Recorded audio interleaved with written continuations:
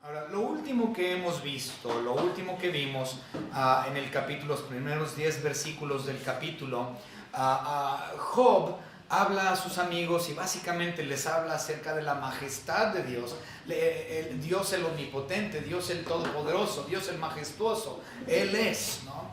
Entonces los primeros 10 versículos de eso trató. Pero ahora, como recuerden, habíamos mencionado esto la semana pasada, el patrón fue roto. Hubo, Bildad habló y luego en el patrón le responde Job. Luego habla Elifaz y responde Job. Luego habla el otro y responde Job. Y otra vez, entonces 3 vueltas. Entonces es un patrón que se vive. Pero cuando llegamos aquí al capítulo 27, sus amigos ya no quisieron responder. Sus amigos ya no tenían que decir. Entonces se rompe ese patrón de los discursos de los amigos con Job. Simplemente sus amigos ya no supieron qué decir. Después de tanto refute y refute y refute por parte de Job, ellos dicen, no, pues ya no sabemos qué decir, mejor me quedo callado. Entonces Job aprovecha el tiempo y dice, bueno, pues si no tienen más que decir ustedes, entonces yo voy a hablarles. Entonces eso es lo que estamos viendo aquí en Job 27 del 11 al 23. Y él decide enseñarles a ellos una lección. De hecho, ese es el tema, la enseñanza de Job. La enseñanza de Job. Le puse así la enseñanza de Job porque desde el versículo 11 eso es lo que dice. Si leemos Job 27:11 dice Job, yo os enseñaré. Entonces una enseñanza en cuanto a la mano de Dios, no esconderé lo que hay para con el omnipotente. Entonces él está a punto de dar una enseñanza a sus 3 cuates. Sus amigos habían tenido, y aquí es donde mucha gente se confunde con esta segunda parte del capítulo 27. Ahí les va. Si ustedes recuerdan, a través de los discursos, hay un patrón que siempre se manejaba, o sea, en cuestión al discurso. Y el discurso siempre fue el mismo. Job, tú estás sufriendo a causa de tus pecados. Estas son las consecuencias de ellas. Entonces, Dios te está castigando y por eso murieron tus hijos, por eso perdiste tu dinero, por eso perdiste tu ganado, por eso perdiste tus siervos, perdiste tu casa, todo lo perdiste a culpa de tu pecado, porque Dios hace eso. Y siempre en el refute de Job siempre había dicho, no, al contrario, el injusto tiene grandes cosas y bendiciones de Dios, es prosperado por Dios, el injusto.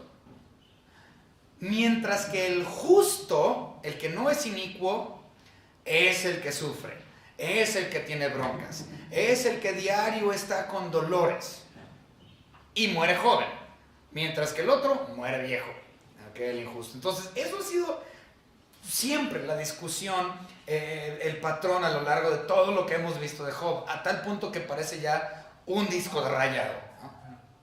Y Job siempre les decía, no es así, su teología es incorrecta, así no es. Pero parece ser que aquí en los versículos que vamos a estudiar hoy, parece ser, a primera vista, si usted lo lee rápido, parece ser que Job ahora está diciendo lo mismo que ellos. Parece que Job les está dando la razón y que Job les está diciendo, les voy a decir la verdad, es cierto. Ustedes lo que dicen parece ser que es cierto. Pero no es lo que él está haciendo. De hecho hay muchos, incluso porque no le han entendido al pasaje, han dicho que esta porción en realidad no es Job quien está hablando, sino que es Elifaz en su tercer discurso. Porque ustedes recuerdan que Elifaz nada más dio 2 discursos, el tercero ya no lo dio. Entonces, como esto parece a primera vista estar de acuerdo con los 3 amigos, entonces dice, no, es Elifaz en su tercer discurso. Pero la realidad es que no es Elifaz quien está hablando, es Job. Y les está dando la razón a sus amigos No les está dando la razón a sus amigos, aunque así parece a primera vista. ¿Okay?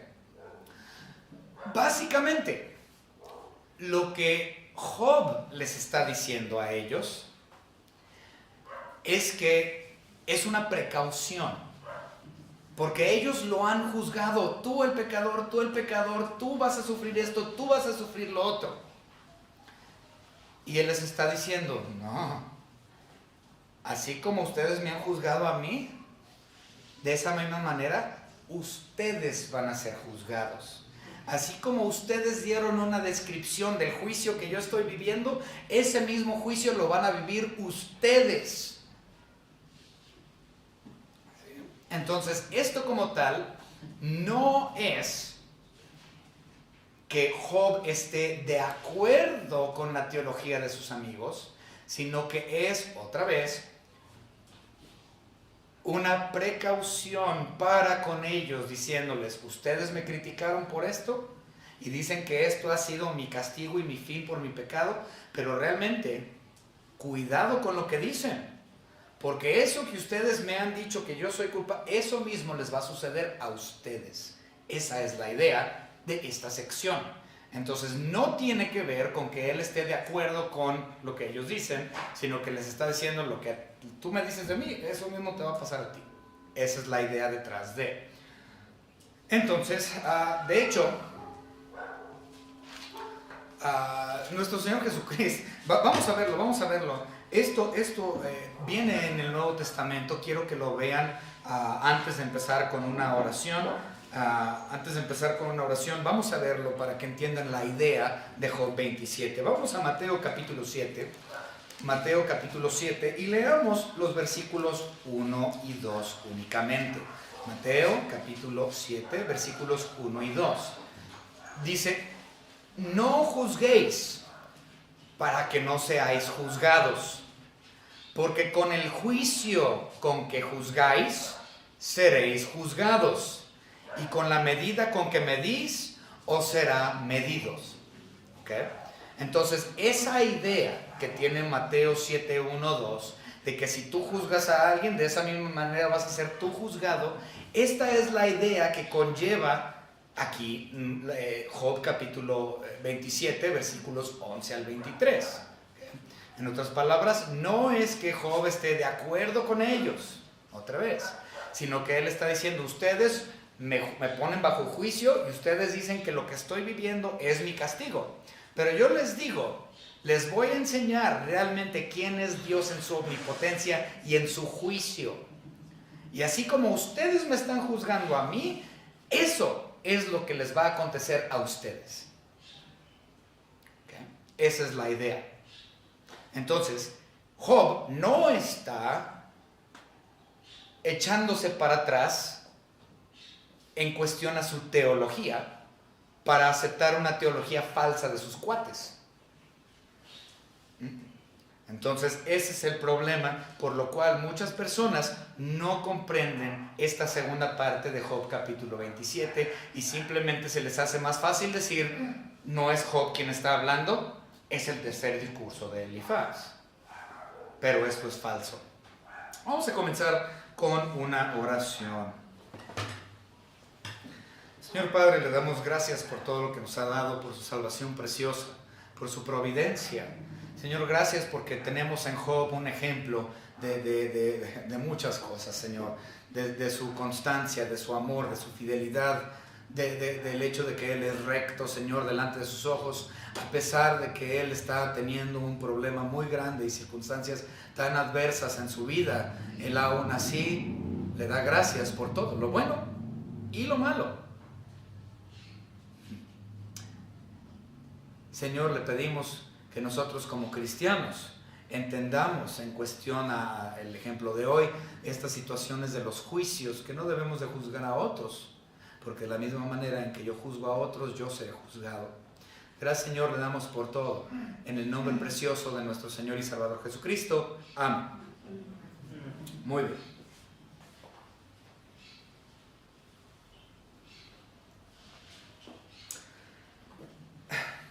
Voy a dar 3 ejemplos. 3? ¿Cuántos tengo aquí? Sí, 3.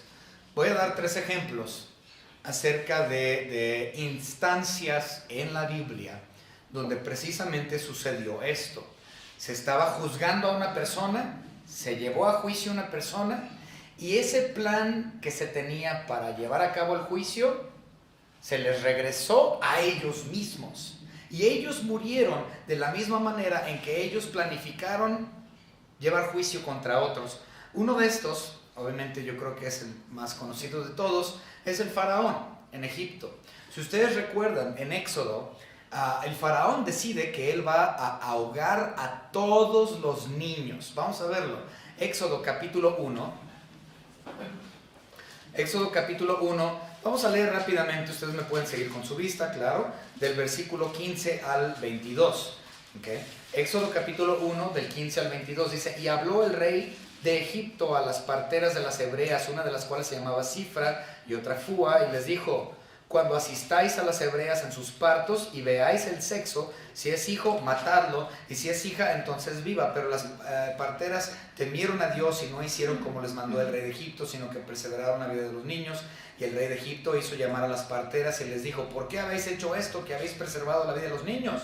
Y las parteras respondieron a Faraón: porque las mujeres hebreas no son como las egipcias, pues son robustas y dan a luz antes que la partera venga a ellas. Y Dios hizo bien a las parteras, y el pueblo se multiplicó y se fortaleció en gran manera. Y por haber las parteras temido a Dios, él prosperó sus familias. Entonces Faraón mandó a todo su pueblo diciendo: echad al río a todo hijo que nazca, y a toda hija preservad la vida. Entonces Faraón quería ahogar a todos los niños egipcios. Ese era su juicio en contra de ellos. Pero ¿saben qué pasó? Totalmente lo opuesto. Más adelante, en Éxodo capítulo 14, ¿qué sucedió? ¿Quién fue ahogado? Todo el ejército de Faraón fue ahogado en el Mar Rojo. Entonces, el juicio que él tenía preparado para sus enemigos se le volteó a él mismo, y ahora pierde todo su ejército al ser ahogados, así como él quiso hacer con los niños hebreos. Ahora, yo mencioné que iba a adelantarles un poquito en el libro de Esther. Esto mismo pasó con Amán. Vamos rápidamente a verlo. Esther, vamos a leer Esther capítulo 7 primero. Esther capítulo 7, vamos a ver qué es lo que pasa con Amán. Amán, bueno, vamos a leerlo, 7:10. Esther 7:10. Así colgaron a Amán en la horca que él había hecho preparar para Mardoqueo, y se apaciguó la ira del rey. Ok, explico. Mardoqueo fue odiado por Amán. Esto lo vimos ahorita en la mañana, ¿no? Amán sale y ve a Mardoqueo ahí sentado y se irrita y se enoja. El punto es de que Amán odiaba a Mardoqueo, y él dice: bueno, yo voy a preparar una horca. Voy a mandar a hacer una horca porque ahí vamos a ahorcar a Mardoqueo. Pero lo que terminó pasando fue que Mardoqueo termina en esa misma horca que él había preparado para Mardoqueo. Y no solamente Amán es ahorcado, sino todos los hijos de Amán son ahorcados en la misma horca que él había preparado para Mardoqueo. Entonces se regresa hacia él su juicio. ¿Okay? Por tercera ilustración o ejemplo, tenemos también los enemigos de Daniel. Si ustedes recuerdan, los enemigos de Daniel hablaron mal y dijeron: no, pues mándalo al foso de los leones. Mandaron a David al foso de los leones, al foso de los leones. ¿Y qué sucedió? Pues nada, bonito gatito. ¿Qué? Michi. Y todo estuvo bien. Entonces, ¿qué fue lo que sucedió después? Pusieron a los enemigos que habían acusado a Daniel y lo habían mandado a la fosa de los leones, al foso de los leones. Terminó yendo ahí todos estos enemigos, y los leones a ellos sí los devoraron. Entonces el juicio preparado se voltea hacia ellos. Entonces esto es lo que estamos viendo aquí en Job. Job les está diciendo simplemente: pongan atención, yo les voy a hablar acerca del omnipotente, les voy a enseñar acerca del omnipotente y no voy a resguardarme nada, les voy a decir cómo son las cosas. Entonces vamos a leer aquí en Job capítulo 27, versículo 11, dice, yo os enseñaré en cuanto a la mano de Dios, no esconderé lo que hay para con el omnipotente. Dice, miren, les voy a explicar todito. Les guste o no les guste, esto es lo que les voy a explicar en cuestión al omnipotente Dios y la forma en que Él juzga. Él les está diciendo, ustedes me han juzgado por esto y esto y esto y esto y esto, pero la realidad es que todos esos desgracias les van a ocurrir a ustedes. Bien. Versículo 12, 27-12. He aquí que todos vosotros lo habéis visto. ¿Por qué pues os habéis hecho tan enteramente vanos? Él les está diciendo, miren, ustedes mismos ya lo han visto con sus propios ojos. Lo que les voy a decir no es desconocido para con ustedes. El problema es que son ustedes tan vanos, de hecho en el hebreo, si lo lee, bueno, en el español no sería correcto, creo, decir, bueno, en el hebreo, aquí dice, en el español primero, dice, ya me perdí. Dice, ¿por qué pues os habéis hecho tan enteramente vanos? En el hebreo original, las palabras son Hebel Terbalú, Terbajú, no sé cómo decirlo. Hebel Terbajú.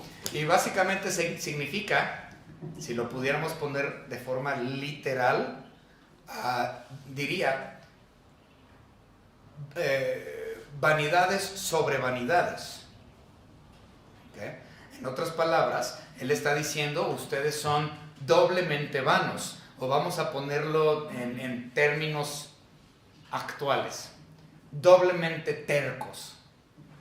¿Okay? Esa es la idea. Ustedes son sumamente tercos, porque aunque ustedes lo han visto y han sido testigos de que lo que les voy a enseñar, no lo han comprendido porque son doblemente tercos.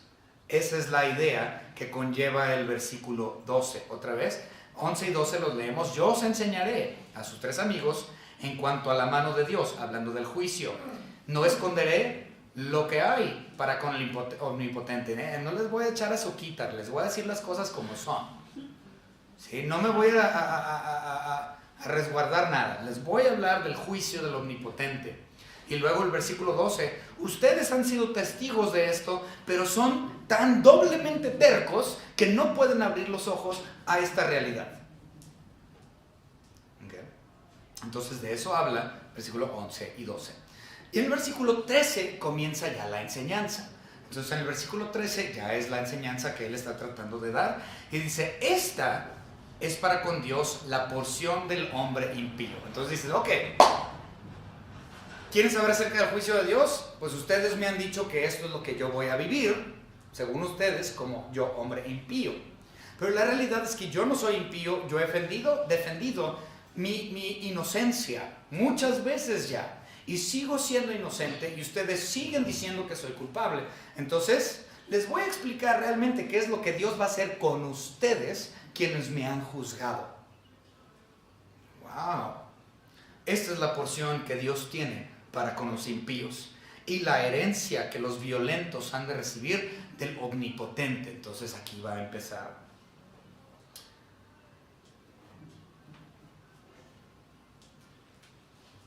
El juicio del omnipotente va a venir sobre ellos, porque ellos son los inicuos, ellos realmente son los injustos, ellos son los que realmente son violentos. Pero ellos han estado acusando a Job de todo esto. Pero Job dice, no, sigo aferrado a mi inocencia porque sé que lo soy. Entonces, esto es para ustedes, porque su juicio contra mí se les va a regresar. ¿Okay? Versículo 14. Si sus hijos fueren multiplicados, serán para la espada, y sus pequeños no se saciarán de pan. Wow. Entonces, eso era lo que ellos acusaron a Job de eso, ¿no? Recuerden, los hijos de Job todos murieron la misma noche por el Eurocleidón, ese viento que tumbó el muro y todos quedaron hechos pancakes, ahí hot cakes, ¿sí? Y murieron todos los hijos de Job. Y los amigos de Job, Elifaz, el otro, Bildad y Zofar, le estaban diciendo: ¿ves? Tus hijos murieron violentamente por tu pecado. Y ahora les está diciendo: no, ustedes tienen muchos hijos, pero sus hijos tienen muchos, tienen los mayores y tienen los menores. Y ustedes dijeron que fue por culpa mía, pero déjenme decirles que sus hijos, los más grandes, nacieron para morir a espada. Todos van a morir. Sus hijos van a morir. Así como los míos murieron cuando ustedes me juzgaron incorrectamente. Entonces, ahora sus hijos, ellos van a morir a espada. Y los chicos, los pequeños, se van a morir de hambre. Entonces, los que no mueran violentamente a espada, una muerte rápida, súbita. Los niños van a sufrir, van a morir una muerte lenta, una muerte de hambre. Wow. Okay. Básicamente, tener muchos hijos en el Medio Oriente en el pasado era visto como algo de gran bendición, ¿no? Tener una gran cantidad de hijos era una gran bendición. Me lleno de hijos en mi casa.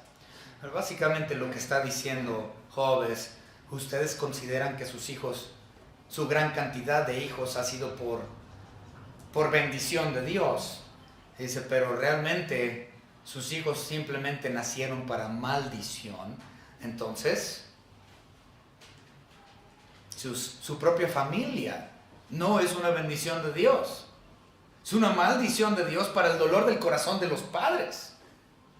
¡Wow! Cuando estos mueran.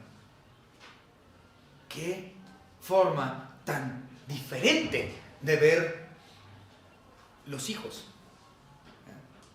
Y sí, todos decimos: ¡ay, mi bendición! Ahí están mis dos bendiciones ahí atrás. ¿Sí? Pero los hijos también pueden ser un dolor severo. Y en este caso, estos hijos de estos fueron nacidos para maldición de los padres y no para bendición de ellos. Una forma muy diferente de ver los hijos. Okay. Versículo 15. Los que de él quedaren, en muerte serán sepultados, y no los llorarán sus viudas. Entonces dice, bueno, aquí hay algo faltante en nuestra Reina Valera. Si nosotros vemos otras versiones, ahí dice, y de hecho en el original también, que de los que ellos queden van a morir de pestes, de enfermedades. Pero aquí en nuestra versión de la Reina Valera 60 no incluye la idea de ser muertos por enfermedades o plaga, pero en el original sí. Entonces sería de la forma siguiente, dice: los que de él quedaren morirán por plagas y enfermedades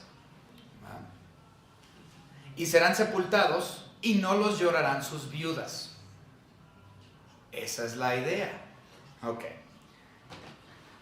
Él está también utilizando cuestiones culturales. ¿Okay? Él está utilizando cuestiones culturales en este versículo, que a primera vista, si no estudias costumbres, no lo puedes comprender, pero ahí les va.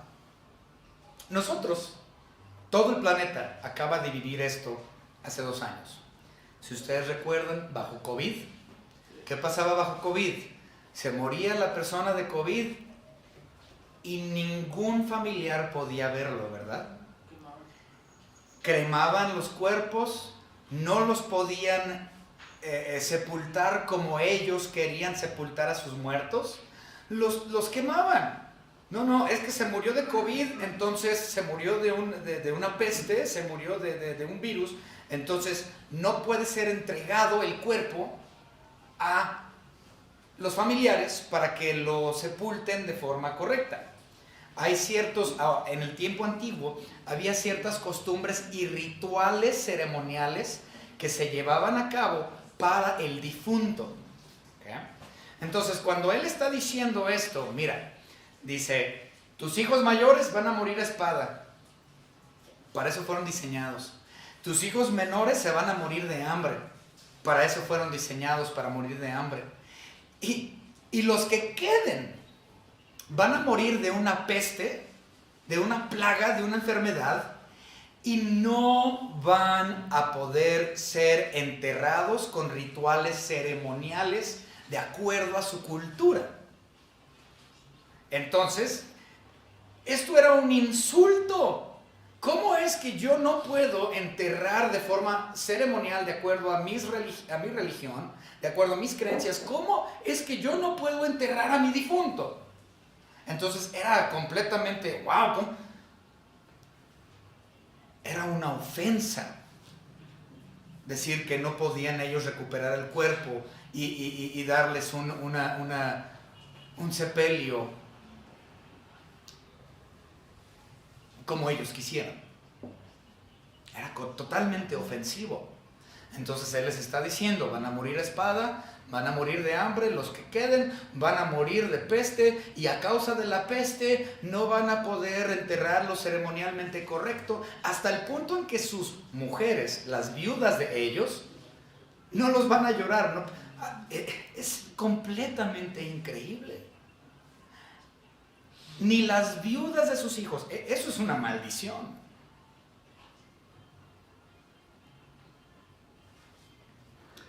Dice el versículo 16, muy interesante el versículo. Vamos a leer 16 y 17 juntos.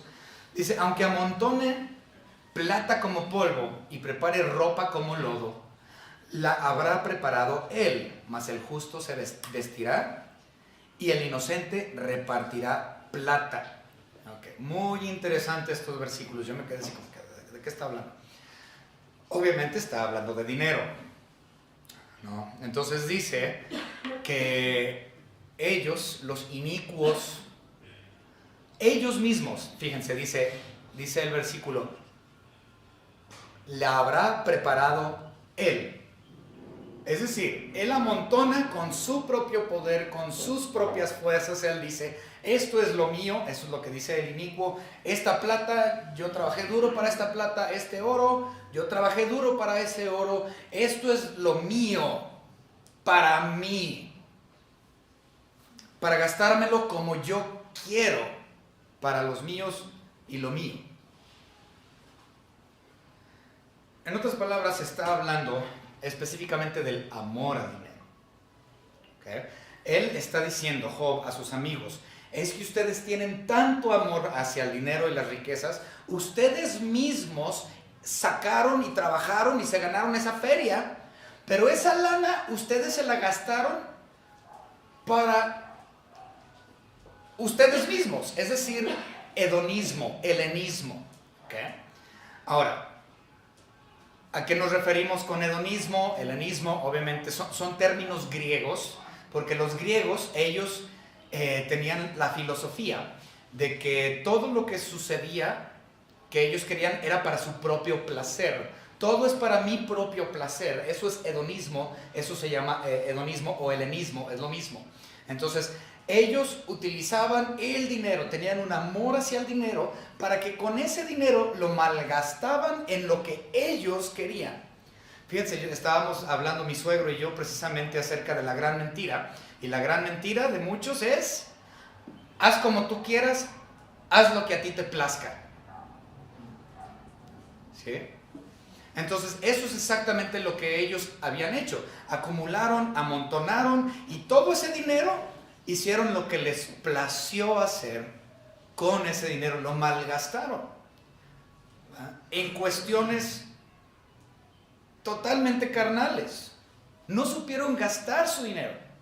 Okay. Hay muchas personas, muchas familias hoy, y ustedes saben esto muy bien porque conocen a muchos posiblemente que han tenido este problema. Los inicuos utilizan su dinero que ellos amontonan para ellos mismos, para cosas de su propio placer. ¿Cuántas familias no hemos conocido que el padre pues utiliza el dinero para pagarle a prostitutas? ¿Por qué? Para su propio placer. Y deja a los hijos y a la mujer totalmente desprovistos. ¿Por qué? Porque él utiliza lo que él ha ganado, la plata y el oro, para su helenismo, para su hedonismo, para su propio placer. Lo que yo quiero la prostituta, yo pago la prostituta. Y no me importa lo que pase con mi familia, porque lo que importa es mi propio placer. Podemos hacer la misma ilustración con aquellas personas que utilizan el dinero para drogarse. ¿Por qué? Porque es mi placer drogarme. Lo usan para el alcohol. Es mi placer alcoholizarme. Entonces, eso es lo que él está diciendo aquí. Dice, ustedes, los inicuos, amasan grandes fortunas ustedes mismos y dicen, esto es mío y para mí y los míos.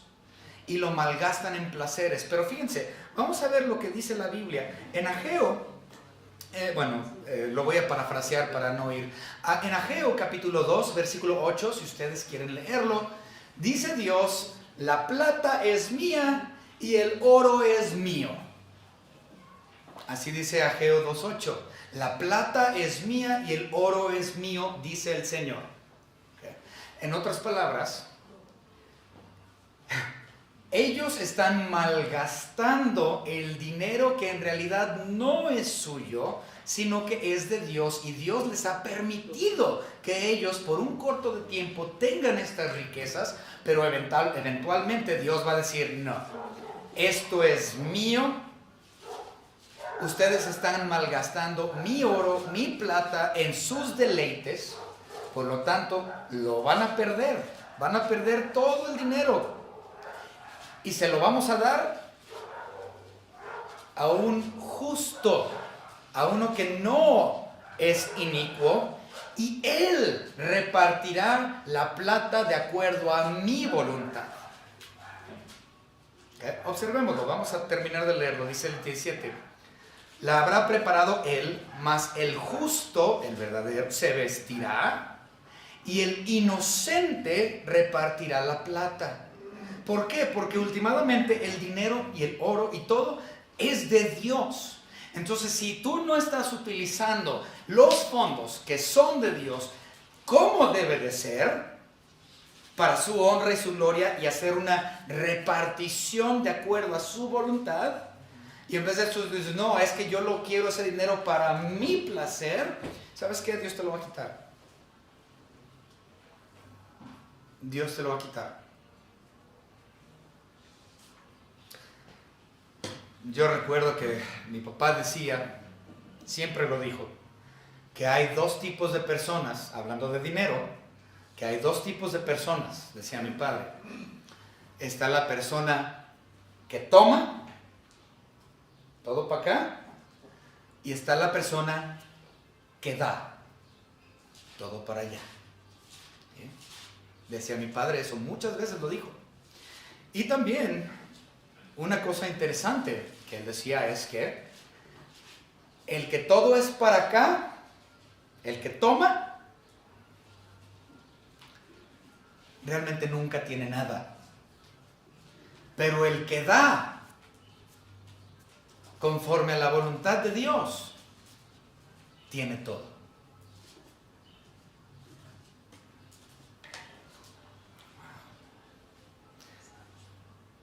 Si usted no está dando a Dios y repartiendo la plata a Dios y las cosas que son de Dios,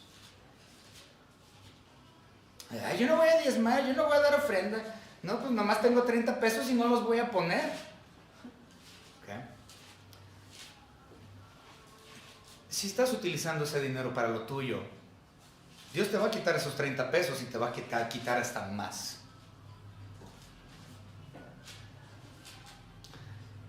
He puesto esto como ejemplo en muchas ocasiones y ustedes saben que yo no hablo del dinero. Es muy raro que yo mencione dinero y las ofrendas y eso, pero lo tengo que mencionar.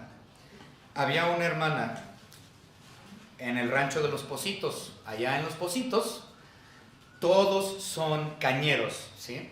Entonces una comunidad agrícola, totalmente cañera, y había una hermana en la iglesia que nunca diezmaba, nunca ponía ni un peso en el plato, nada, nada. Y mi papá le decía, mira hermana, si usted no le da a Dios lo que es de Dios, Dios le va a quitar todo. Ay no, es que yo soy pobre, yo soy cañera, yo soy pobre, decía la hermana, no tengo ni un peso.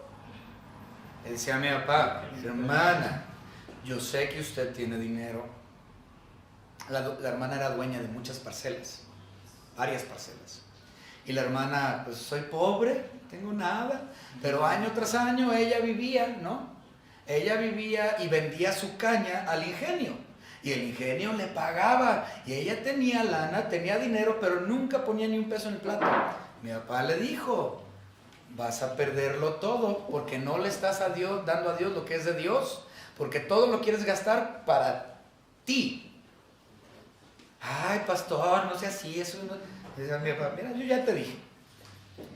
Resulta que llegó el tiempo de la cosecha y llegaron los camiones, cortaron, hicieron la mocha de la caña. La hermana no sé cuántas toneladas sacó, fueron al ingenio, el ingenio le pagó por la caña, la hermana bien feliz con su dinerito, se bajó del camión y ya no tenía dinero. Todo el dinero lo perdió en el camión del ingenio a su casa. Todo, lo de todos, lo de la cosecha de todo un año, de todas sus parcelas, lo perdió. Así. Y mi papá se sentó con ella y sacó la cuenta. Y dijo, a ver hermana, usted ha estado en esta iglesia por 7, 8 años. Así. Y dijo, ok, vamos a sacar cuentas de qué fue lo que Dios le quitó.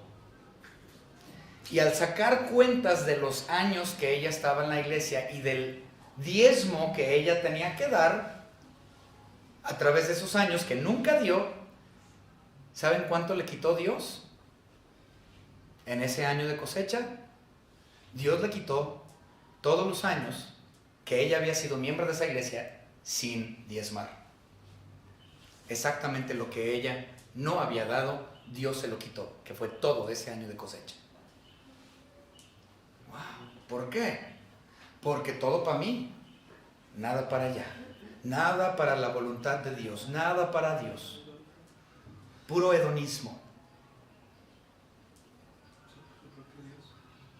Ok. Versículos 18 y 19. Edificó su casa como la polilla, o sea, el inicuo, y como enramada que hizo el guarda. Rico se acuesta, pero por última vez abrirá sus ojos y no tendrá nada. Muy interesante esto. Dice que, obviamente, ¿qué hace la gente que tiene mucha lana?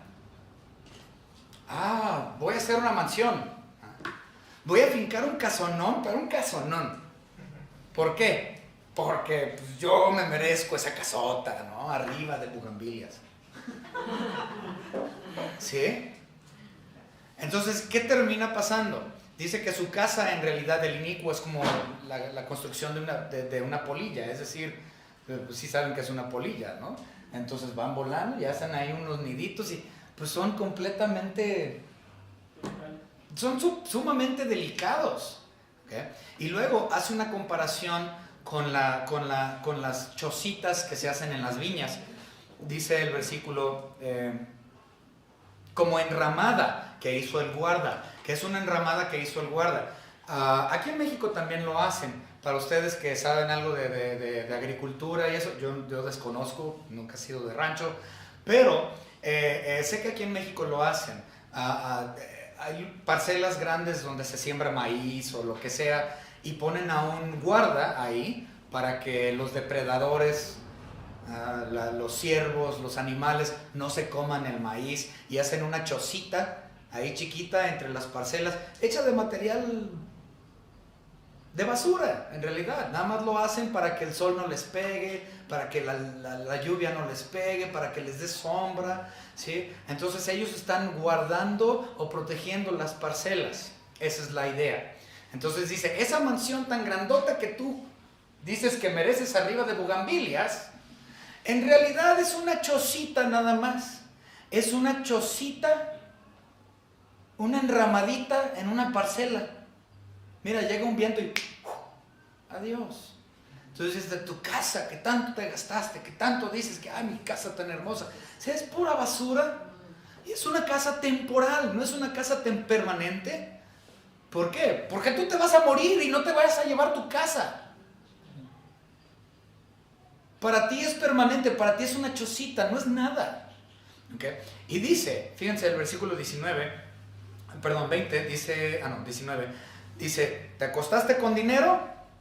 Te fuiste a dormir con mucha plata, pero esa noche fue la última vez que te acostaste. Es decir, muere, fallece. Y cuando abre los ojos al día siguiente, ya no está aquí, porque ha muerto. Durante la noche murió y abrió los ojos, el inicuo, pero ¿saben qué? No los abrió en gloria. Abre los ojos en el lugar de tormento, es decir, el infierno. Entonces se fue a acostar por última vez sintiéndose rey del mundo con su mansión y con sus muchos hijos. Y les está diciendo Job, no, por tu hedonismo, por tu malgasto de los fondos de Dios, porque nada más pensaste en ti, porque nunca fuiste salvo, tus hijos van a morir a espada, los otros van a morir por hambre. Es decir, que no van a heredar las riquezas, porque obviamente si van a morir de hambre es porque no van a heredar nada de lo que el Padre les dio. Entonces no hay garantía. El Padre se muere y ya se da cuenta que nada de lo que ha hecho tiene valor permanente. Porque muchos de nosotros tenemos esa idea, ¿no? No, yo quiero estudiar una ingeniería. Ingenieros. Okay. Voy a estudiar una arquitectura. ¿Por qué? Porque yo quiero que mis hijos estén bien. ¿A poco no hemos escuchado eso? Yo quiero tener un buen trabajo para que mis hijos puedan también estar bien. Porque yo no quiero que pasen las carencias que yo pasé. Pero es muy común. El asunto es de que no importa cuánto dinero hayas acumulado, no hay garantía de que tus hijos van a tener esa herencia que tú tanto quieres dejarles. Entonces todo el trabajo del inicuo no tiene valor. Todo el deseo que él tenía de dejarle algo a sus hijos se fue. Todo anhelo que ellos tenían, por eso trabajé como negro para vivir como blanco, pero tus hijos no tienen tú no tienes la garantía de que tus hijos vivan de esa misma manera o a esa altura. Si eres inicuo, Dios quita todo. Dios quita todo. No importa cuántas ingenierías tengas, cuántas maestrías y doctorados. Si eres inicuo, ¿sabes qué? No hay garantía de que tus hijos se queden con nada. Porque Dios quita todo.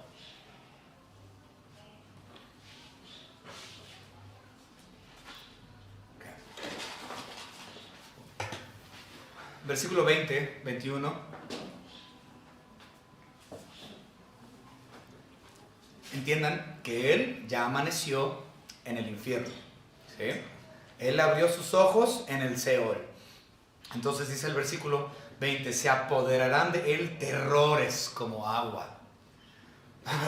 Ya estoy en el infierno y lo que hice en vida no tenía nada de sentido. Y lo que yo quería hacer para mis hijos, de todos modos se me murieron. Y me estoy quemando. Se despierta para la tortura. Dice, torbellino lo arrebatará de noche. Y luego dice el versículo 21, le eleva el solano, es decir, el Eurocleidón, es decir, esa tormenta que viene del oriente, que arrasa básicamente todo desde el oriente y entra al Mediterráneo. Hay muchas instancias en la Biblia que habla acerca de esa tormenta del Eurocleidón. Es la misma tormenta que hizo naufragar a Pablo en el libro de los Hechos. Entonces, en muchas ocasiones hay menciones del Eurocleidón. Entonces, él está diciendo, básicamente, la tempestad del infierno le arrebatará de su lugar. Va a estar ahí, va a estar muerto en el infierno siempre. No hay forma de salir de ahí. Y luego versículo 22, Dios pues descargará sobre él y no perdonará. No. Ya, cuando ya estás en el infierno, ¿hay perdón? No. Recordemos a Rico y el Lázaro. El rico dijo, Señor, por favor, que tan solo le pongan su lengua tantito y para que me refresque. ¿Sí recordamos eso? Él estaba buscando algún tipo de perdón, algún tipo de alivio, algo, pero dice, ya es demasiado tarde, Dios no tiene perdón para contigo. Cuando ya has fallecido, cuando ya estás en muerte, cuando hayas hecho tu cama en el infierno, sabes que no hay forma de salir y no hay perdón de Dios para ti, porque el perdón se da en vida, no en muerte cuando ya es demasiado tarde. Buscad a Dios mientras pueda ser hallado. Cuando tú ya estés muerto ya no lo vas a hallar y no hay perdón para ti. Hará él por oír de su mano. Quiere salir, quiere escapatoria, pero no puede porque está en el infierno. Este es el juicio de Dios para con los inicuos, para con los injustos. Y lo que les está diciendo Job a sus 3 amigos es, ustedes me acusaron de esto, pero ¿saben qué?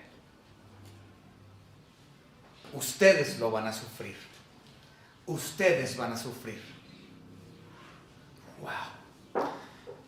Vamos a ver el último versículo, la cual, hermanos, yo he estado batallando por días con este versículo. Y ahí les va. Batirán las manos sobre él y desde su lugar le silbarán. ¿Saben cuál es la interpretación de ese versículo? Ni yo ni nadie sabemos. Nadie sabe. Estuve viendo una gran cantidad de comentarios, leí muchísimos. Y todos los que leí tenían una diferente interpretación del versículo 23. Ni uno fue igual. Y leí uno en particular que decía, el versículo 23, nadie conoce su interpretación. Hay gran cantidad de versiones, de formas de interpretación de este versículo. Por lo tanto, hermanos, no puedo explicarlo. Lo único que yo les puedo decir de Job capítulo 27 y versículo 23 es que a lo que yo comprendo, la forma en que yo lo entiendo, porque la palabra batirán ahí en realidad es aplaudirán. Una cosa es batir las manos, otra cosa es aplaudir. ¿Okay? Entonces, si nosotros vemos el hebreo como viene, hay algunos comentaristas que dicen,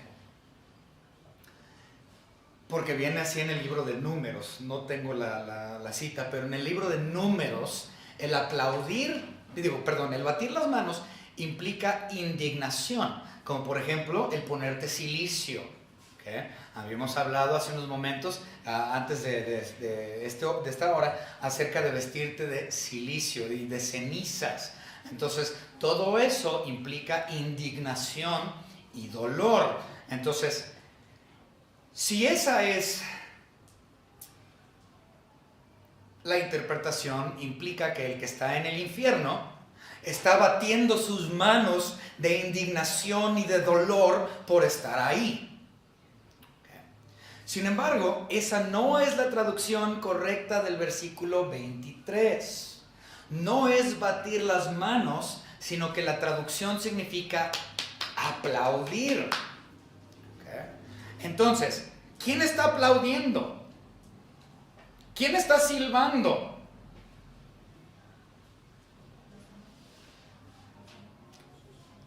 Nadie sabe.